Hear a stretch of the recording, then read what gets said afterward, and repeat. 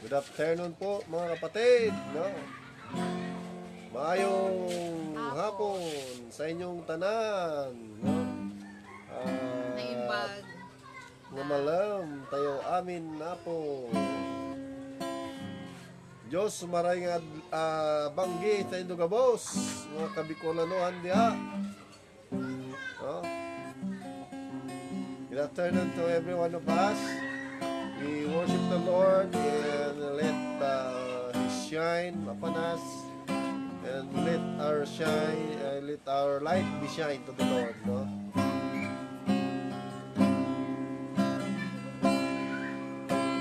You are my light and salvation. Whom shall I fear? You are the strength of all my days. Of whom shall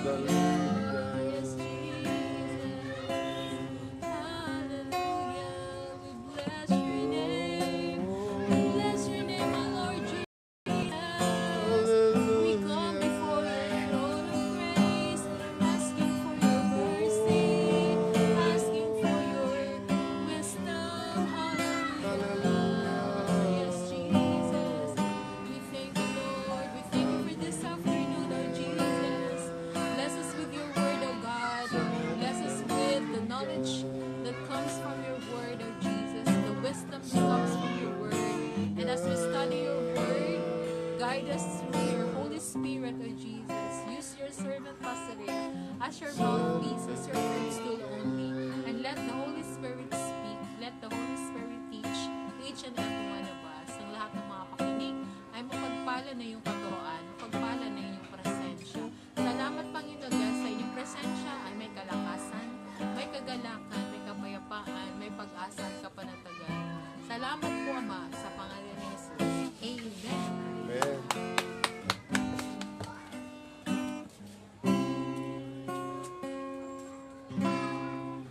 Amen. Hallelujah. Napakabuti ng Panginoon, no? Kasi tuloy-tuloy tayo. Basta may ECQ, may Bible study tayo, no? God is good all the time. And all the time, God is good, no? God bless us all today, no? Kasi, yes, I will bless the Lord forever, no? Forever pong blessings ng Panginoon. At, napakabuti ni Lord kasi nga ang pag-aralan natin ay yung the 8 commands of Christ, no? Sinunod-sunod po natin yung command of Christ until he umakyat sa langit. Inutusan niya tayo na meron siyang command, no? Number 1 is repentance, pangalawa yung believe, pangatlo yung new birth, pang-apat yung receiving of the Holy Spirit, pang-lima yung following Jesus, pang-anim, ito po yung prayer. Ngayon po, nasa pang-pito, yung searching the scripture, no? At ito po yung pang-walo ngayon, pang-walo, no? Ang pang-walo natin ay letting your light shine, no? So, sabi rin sa Matthew chapter 5 verse 14 to 16, kayong mga nagsisilbing ilaw sa mundo at ito ang makikita ng at ito ay makikita nga tulad ng lungsod na itinayo sa ibabaw ng isang burol na hindi may tatago, walang taong nagsindi ng ilaw at pagkatapos ay tatakpan at ang takalan. Sa halip, inilagay ang ilaw sa patungan upang magbigay liwanag sa lahat ng nasa bahay. Ganoon din ang dapat ninyong gawin. Magliwanag kayo ang inyong ilaw sa mga tao upang makita nila ang mabuting gawa ninyo at pupurihin nila ang inyong amang nasa langit, no? Ito po yung pangwalo na command of Christ. This is the 8th command of Christ, no? Kaya sunod-sunod po yan, no? At I hope na maintindihan natin, no, yung pagkasunod-sunod na pagsabi ng ating Panginoong Hesus upang patuloy nating masunod, no? Kasi yung unang-una at yung hanggang sa ngayon ay maging ilaw naman tayo, no? Ano ba yung ilaw na sinasabi dito, no? Pag sinasabi pong ilaw, ito yung nagliliwanag. Ibig sabihin, kung naliwanag, maliwanag. Ito po yung mga kagandahang asal, kagandahang loob, mga kagandahan na mga ginagawa natin para sa harapan ng ating Panginoon, no? At sinabi nga dyan na talagang ang makita sa atin na gumagawa ng mabuti dahil tayo ay ligtas na, ayan po yung nagpupuri sila sa Panginoon at sila rin ay lalapit sa ilaw, no? Alala ko yung dati, yung nangingisda kami. Paggabi, masarap po mangisda paggabi. Masarap mamana paggabi, no? Kasi pag yung ilaw mo, pag may isda, no? Pag lumangoy ka sa sapa o kaya sa ilog, no? Na pag may isda yan, lalapit dun sa ilaw. Kaya magsisilapitan yan sila sa ilaw, magpupunta sila sa harapan ng ilaw at ang gagawin mo, pana ka na lang ng pana, no? Kaya masarap po mamana pagkagabi kasi nga yung mga isda po ay lalapit sila sa ilaw, no? So, ganun yung gustong sabihin ng ating Panginoon, no? Kasi kung maganda yung ating mga ginagawa, ay marami pong maaakit sa atin, no? Itong sa paggawa natin ng mabuti. Ibig sabihin, ang ilaw natin, sabi nga, kayo ang ilaw at asin ng mundong ito, sabi ng ating Panginoong Hesus, no?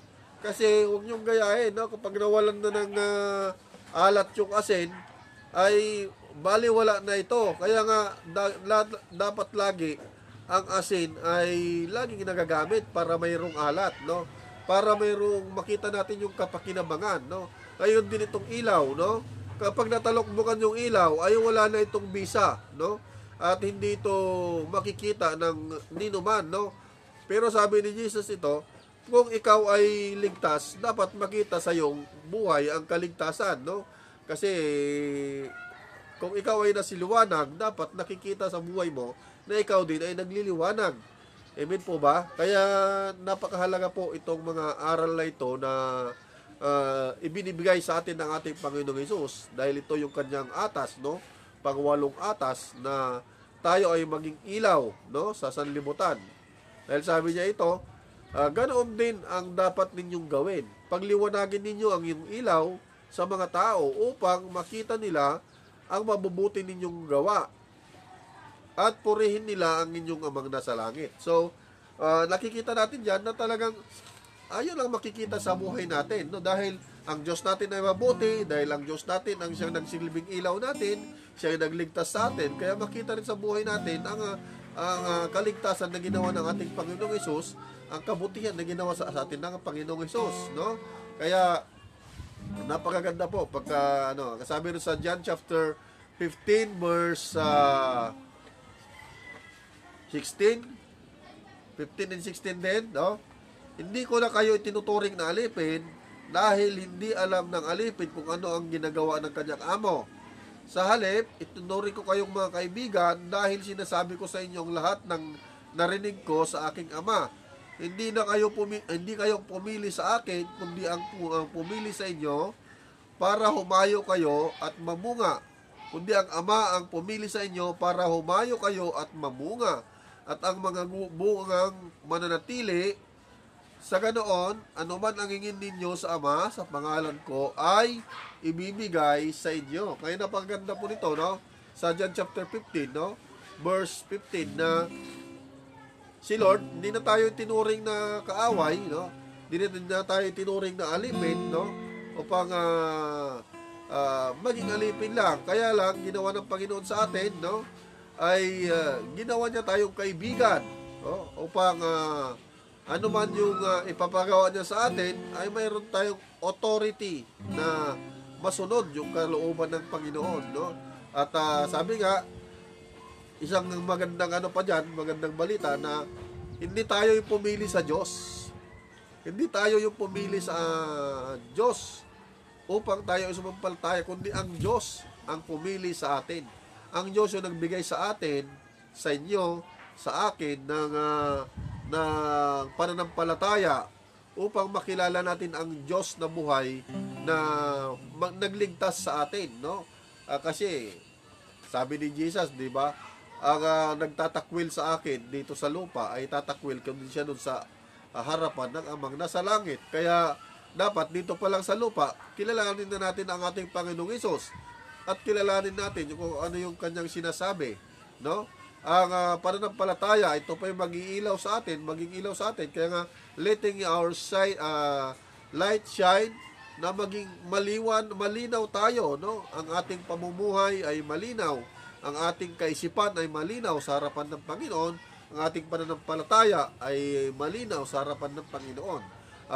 Upang kitang-kita ng Panginoon, kasi nga we are the center of the eyes of the Lord, no? Tayo po yung center of the eyes of the Lord. Kasi nga, ang tinitingnan ni Lord, yung ating mabubuting mga gawa. Amen ba? Kaya nga, ang ginagawa natin dyan, everyday,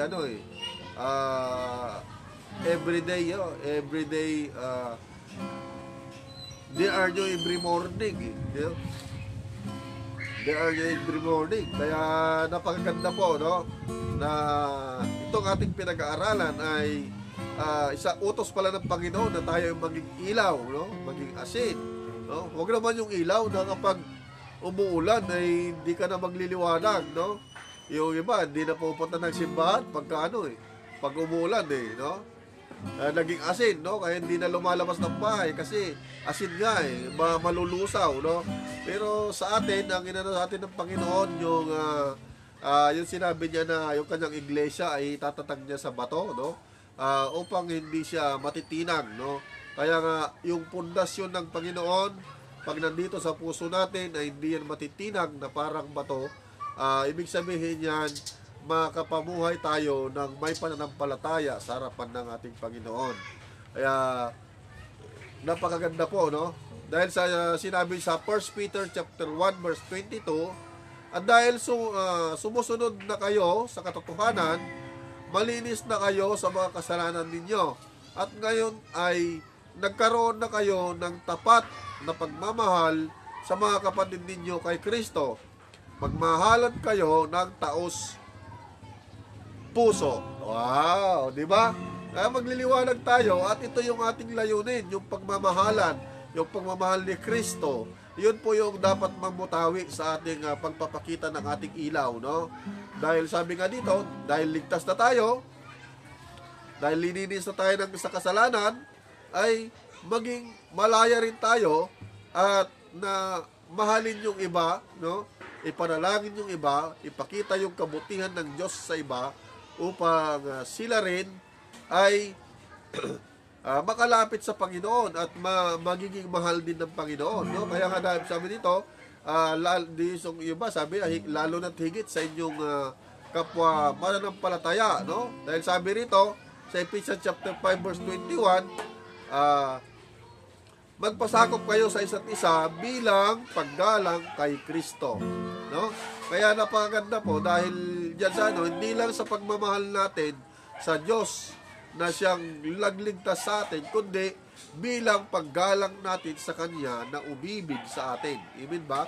Kaya napakasarap po, magiging magliliwanag tayo para sa pagpapasakop natin sa ating Panginoon. Ibig sabihin, hindi yung ilaw natin yung makikita, kundi yung ilaw ni Kristo sa buhay natin ang makikita. Amen ba? Yung kabutihan ni Kristo sa buhay natin ang siyang nakikita ng iba. Kaya yun po yung gustong ipaliwanag sa atin ng Panginoon na dahil ang katotohanan, no, ang siyang naglilinis at nagliligtas sa atin, kaya nakikita natin, no, yung tapat na pagmamahal sa atin ng Diyos ay masusuklian natin to ng pagmamahal sa mga kapatid, no? Yung magmamahal sa mga kapatid natin kay Kristo. At sabi nga, mahalin natin ang isa't isa ng taos sa puso, no? Ito yung brotherly love, no? Ito yung brotherly love ang inano dito, no? Kasi inano po natin yung di ba, yung kinds of love. Kaya ito yung brotherly love ang ng Panginoon, no? Kaya sabi dito, pasakop tayo sa isa't isa bilang paggalang sa ating Panginoon. Ibig sabihin, kung nagliliwanag siya, nakikita natin na igagalang natin yung kanyang ginagawa na pagliliwanag. Na-appreciate natin, no? Kasi yun ang kalooban ng Panginoon, no? Hallelujah. Hindi lang yan, no? Kasi sabi rin sa Ezekiel chapter 36 verse 26 to 30, sa Ezekiel po, sa Old Testament, sabi ng Diyos dyan, bibigyan ko kayo ng bagong puso at bagong espiritu. At ang matitigas ninyong puso ay magiging pusong masunurin. Ibibigay ko rin sa inyo ang aking espiritu para mag-ingat para maingat ninyong masunod ang mga utos ko. Mga tuntunin, titira kayo sa lupaing ibinigay ko sa inyong mga ninuno, maging ang mga mayan ko ay at magiging Diyos ninyo ako. Linisin ko kayo sa lahat ng karumihan ninyo, bibigyan ko kayo ng napakaraming butil at hindi na kayo magugutom. Pag bubungahin ko ang mga punong kahoy ninyo at pasaganahin ang mga ani ninyo para hindi na kayo hamakin ng mga taga-ibang bansa dahil dinanas ninyong gutom, no? Ang ganda ng plano ng Panginoon sa maging ilaw natin. Ano yung gagawin ni Lord? Bibigyan niya tayo ng bagong puso, no? At bagong espiritu. Ang sarap niyan. Pag sinabing bagong puso at bagong espiritu, Napakaganda po niyan, no? Hallelujah. Dali lang po, Excuse me po. Medyo sinisipon po tayo, kaya tuloy po natin. Ang ganda po nito, kasi nga, sabi nito ng Panginoon, ang mga matitigas ninyong puso na magiging pusong masunurin. So, yun po yun. Pagsunod natin sa Panginoon, yun po yung sinasabing magliliwanag tayo. Amen ba? Kaya, ito po yung magiging masagana tayo na inaano na sa atin ng Panginoon. Sabi nito, magiging mga mamayan ko kayo at magiging Diyos ninyo ako. Grabe, no? Sarap niyan. Kasi nga, pag naging mamamayan tayo ng Panginoon at nagiging Diyos natin siya, ibig sabihin po niyan, yung ginagawa ng Panginoon sa buhay natin, yung nagliliwanag sa buhay natin, no? Kaya, pag ganun po yung ginagawa natin, ano yung sinabi ng Panginoon dyan? Bibigyan ko kayo ng maraming butil na hindi na kayo magugutom. Wow, sarap, di ba?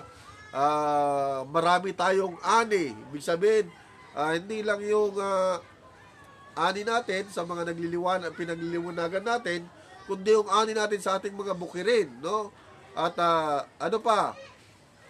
Sabi ng Panginoon, pasaganain ang mga ani ninyo para hindi na kayo hamakin ng mga taga-ibang bansa dahil sa dinanas ninyong gutom. So, sabi niyan,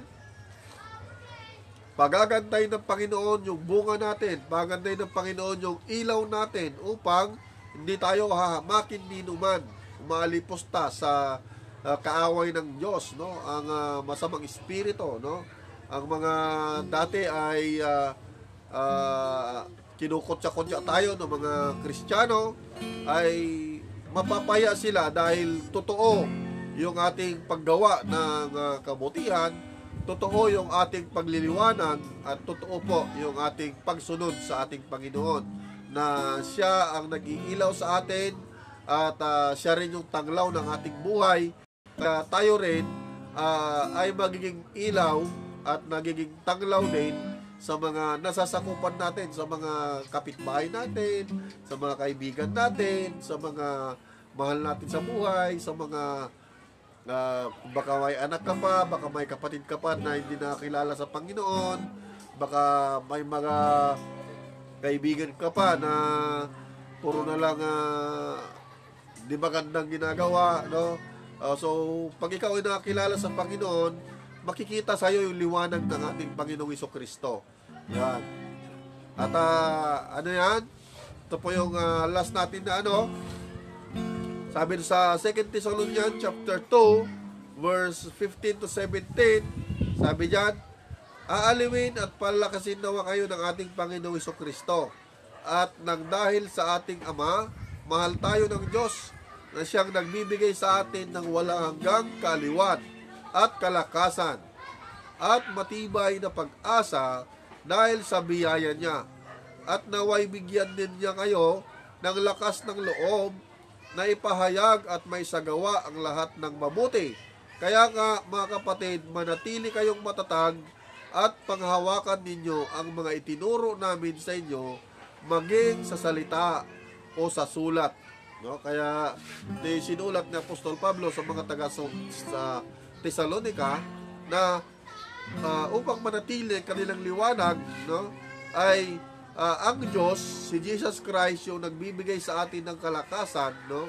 At ang Diyos yung nagbibigay sa atin ng kabutihan, yung ang Diyos yung nagmamahal sa atin, dahil siya lang yung source naman ng ang Diyos yung nagbigay sa atin ng kaaliwan at kalakasan at matibay na pag-asa, no?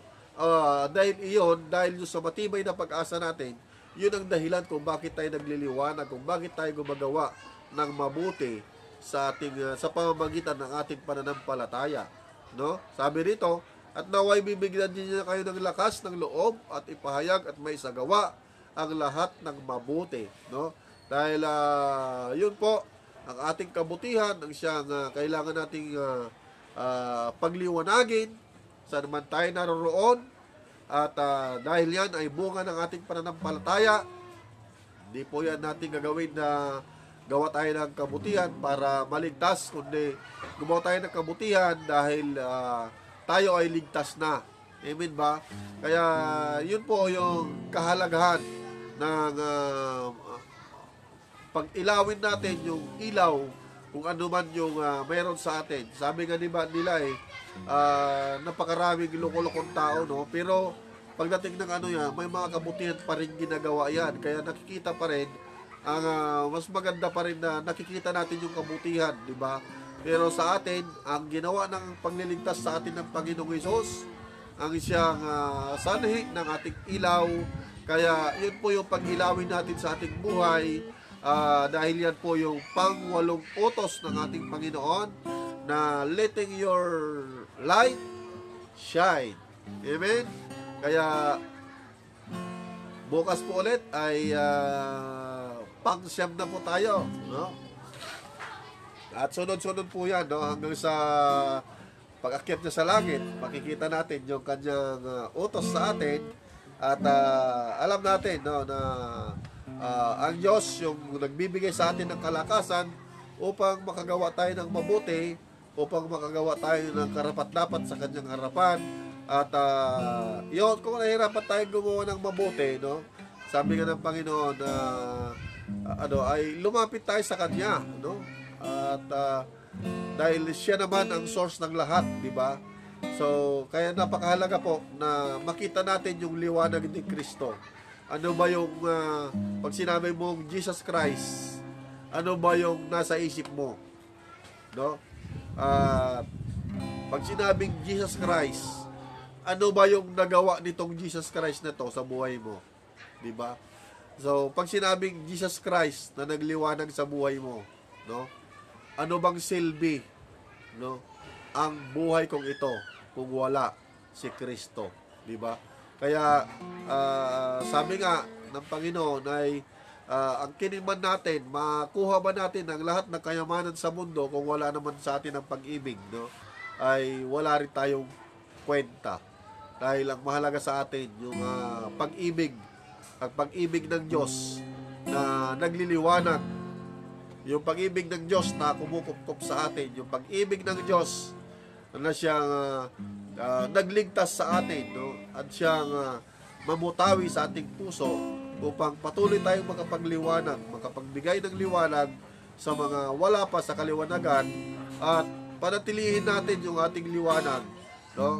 Kung hindi lang ngayon, kundi habang di pa dumating ating Panginoong Hesus, panatilihin natin yung liwanag natin. Ibig sabihin, malakas yung ating pananampalataya. Palakasan natin yung ating pananampalataya dahil yun ang babalikan ng ating Panginoong Hesus. Siya ang napakalaking pag-asa. Sa kabila ng mga pandemic na ito, ang Panginoong Hesus po yung napakalaking pag-asa natin dahil siya lang ang may akda ng lahat ng bagay dito sa ibabaw ng mundo. Amen. Bagamat siya ay nasa langit, wala siyang ibang inisip kundi ang kabutihan natin, kundi ang magliwanag siya sa buhay natin, kundi ang i-guide niya tayo, kundi ang yakapin niya tayo, kundi ang i-cover niya tayo sa kanyang banal na dugo. Amen. Kaya hallelujah. Tayong lahat ay yumuko at manalangin. Lord, salamat po sa patuloy na pagliliwanag mo sa aming mga buhay. Nagawa naming magliwanag, Panginoon, dahil ikaw po ang unang nagliliwanag sa amin. Dahil ikaw nagbigay sa amin ng pananampalataya. Dahil ikaw, O Diyos, nagbigay sa amin ng kaligtasan. Dahil ikaw, Panginoon, O Diyos, ikaw nagbigay sa amin ng pag-asa, Panginoon, na kami ay yung muling babalikan, Panginoon. Salamat po, aming Ama. Dahil ikaw nagbigay sa amin ng kagalingan sa anumang sakit na aming mga nararamdaman. Amin pong hinihiling, Panginoon, ang mga may prayer requests, O Diyos, ang si Rizal Cruz, O Diyos, inyo pong ibangon mula sa maling ng karamdaman. Kung mayroon pa, Panginoon, na may masamang karamdaman doon dyan na kasama namin na nalangin ngayon, Lord, ikaw po ang magliwanag sa kanyang buhay, malaman na ikaw ang Diyos na magpapagaling, malaman na ikaw ang dakilang Diyos na siyang nagbibigay ng kaligtasan, malaman na ikaw ang buhay na Diyos nagbibigay, Panginoon, ng source nitong aming buhay. Lord, maging hibla ng aming buhok, alam namin, alam mo, Panginoon, at bilang mo, O Diyos. Kaya aming Ama, sinusurrender namin sa inyo ang aming buhay. Lord, maging aming bansa, my Lord, ang aming bayan, ang lahat ng mga tagapanguna, Panginoon, na patuloy na nagliliwanag sila, gumagawa sila ng kabutihan, Panginoon, dahil mahal nila ang aming bayan, mahal nila ang aming bansa, Panginoon. Lord, patuloy, Lord, higit sa lahat, Ikaw ang nagmamahal dito sa aming bansa. Ikaw ang nagmamahal sa bawat isa po sa amin. Kaya dakilang Ama, abutin mo ang pangailangan ng bawat mga anak mo, Panginoon. Lord, iadya mo sa anumang masama. Ilayo mo sa anumang banta ng kaaway, Panginoon, ng bawat isa. Ikaw lamang ang tunay na Diyos na patuloy na pinagtitiwalaan namin at sinasamba namin aming Ama. Kaya dakilang Ama, salamat Lord sa pagkupkup mo sa amin sa oras na ito. Nawa, O Diyos, panatiliin mo ang iyong liwanag sa aming mga buhay. Ngayon, hanggang sa iyong muling pagbabalik. Ito pa aming hiling na may pasalamat sa dakilang pangalan ng aming Panginoong Hesus. Amen and amen. Shout out na po tayo. Shout out. Iyaw. Para di tayo abutin ng gabi. Shout out tayo. Yan. Shout out kay Insan Raymond Ramos. Wow. God bless Insan Raymond Ramos. Halos kapangalan mo yung tatay ko. Raymundo yung tatay ko. So, saka yung kapatid ko, Raymundo. Halos kapangalan mo. So, taga saan kayo, Insan? God bless, Insan Raymond. Shout out din kay Oscar Birunggoy, ang aming kasamahan sa, sa LSB. Shout out din kay, kay Brother Gilbert Orlaid, no? Ang aming masipag na security guard dyan sa MRT MHS. Shout out kay Ryan Valdez, yan. Pinsan ko yan, anak ni Auntie Madji, si Ryan Valdez, nasa Aurora. Hi din, at shout out kay Insan Flor Ramos. Hello Insan, God bless Insan Flor. Yan, shout out kay kay Rona Jean Ramos Garin, no? So, ang aking apo na maganda, kabe-birthday lang niya, belated happy birthday kay Rona Jean. Bagay kay MJ, ay kay kay JM. Yan, shout out din sa aking mahal na asawa. Ang kasama natin nag-worship kanina. Love you, honey. Shout out kay kay Philip Ramos, no? Sa mga pinsan namin diyan na hindi pa naka-subscribe kay Philip Ramos, no, sa YouTube channel niya. Paki-subscribe do naman yung YouTube channel namin. Yan. Shout out kay Ma'am Christina Mamio. Hello, Ma'am Christina. President po yan ng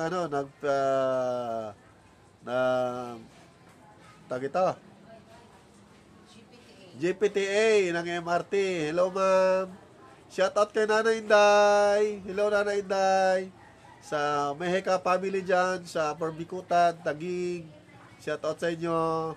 Shout out din kay kay Maribel Estonilo Alcantara. Thanks for watching. Wait, God bless. Maribel Estonilo Alcantara. So, yan, taga Maria Aurora yata yung mga yan eh. Shout out kay Richie Grace Choi. Yan. Sa kapatid nating si Richie Grace Choi. God bless sa'yo, kapatid. Yan. Shout out din kay Nathaniel Cruz. Ang ating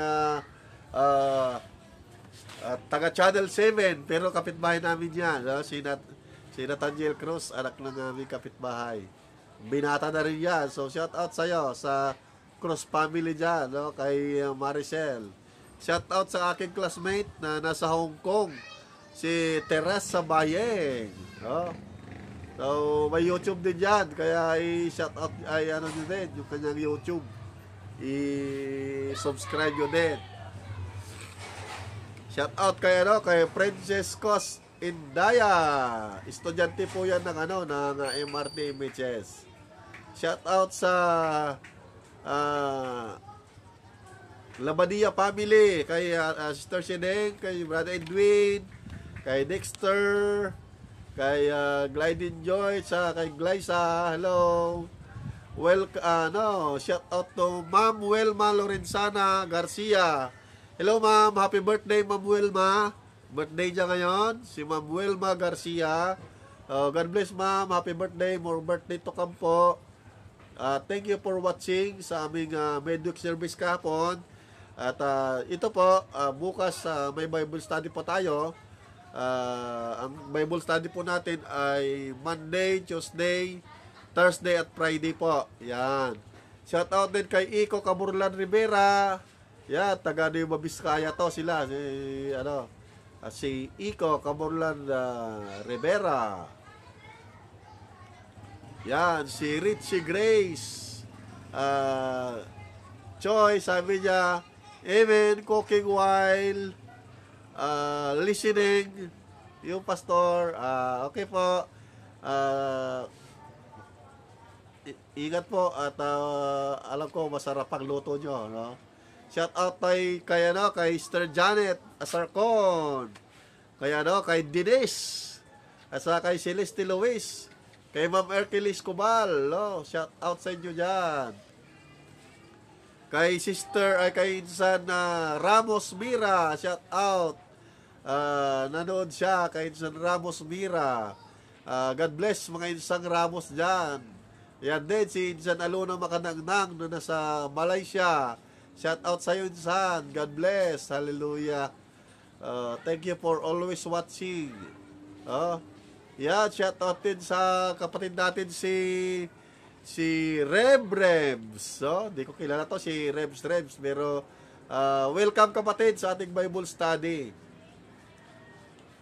Sabi ni Insan, pamangkin daw natin to. Si Romelin. Si Romelin pala yun. Hello pamangkin. Si Romelin pala yun.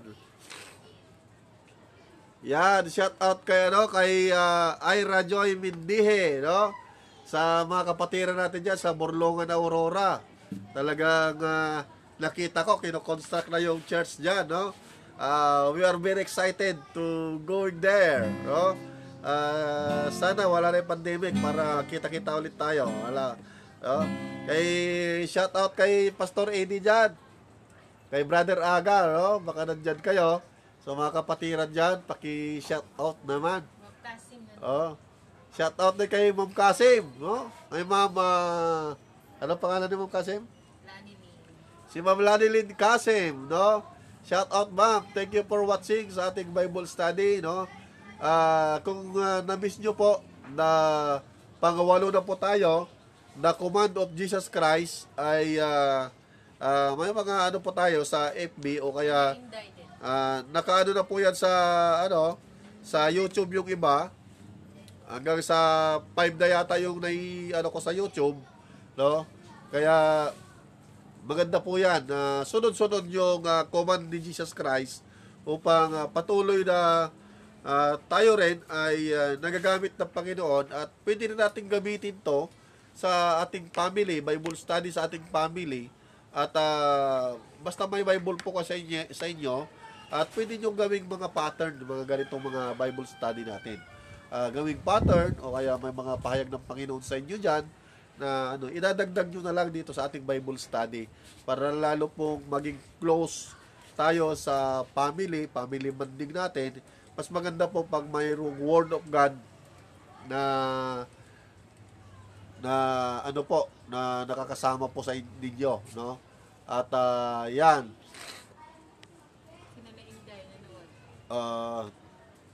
Na-shoutout ko na si Nana Inday eh. Yan, sino pa yung Shedding daw, sabi ni Richelyn, si Rubina pala to, no? So, yan, shoutout sa Si Gliding daw, Joy. Si Gliding Joy. Na-shoutout ko na si Gliding Joy. Hello, Gliding Joy. Kumusta ka na? Hello din kay sa aking best friend si Glyza, no? Hallelujah. So thank you sa mga karamos ko diyan na nanood, sa mga pamangkin, sa mga apo. Ganito tayo, pero may apo na tayo, di ba? Sinabi si Rich Lee. Yan. Ano sinabi? Sabi niya, hello daw tito. Na-miss ko na kayo, buti. Dumaan live nyo sa wall ko. Oo, pamangkin, kada ano yan. Every Lunes, Martes, Huwebes, saka Biyernes. No? So, kung gusto maka-join, ano kayo dito sa ating Bible study. At marami tayong matututunan. Yan. May humabol si kapatid na Alan Sale is now watching, no? Welcome kapatid, no? Sana panoorin mo na lang yan, balikan mo na lang, no? Dahil patapos na tayo, dahil paggabi na, yan, makikita nyo, ganda ng langit. Sa mga, ano dyan, sa mga nasa loob lang ng bahay, yan po, pakita ko sa inyo kung gaano kaganda ang langit, no? At, ganda po ng ulap, makulimlim, malamig ang panahon, kaya, yan, ganyan kabuti ang Panginoon, no? Salamat sa inyong panonood at pag-study sa ating Bible study. At see you tomorrow. Masabi ko ulit, God bless you, God bless your family, and God bless us all. Bye-bye!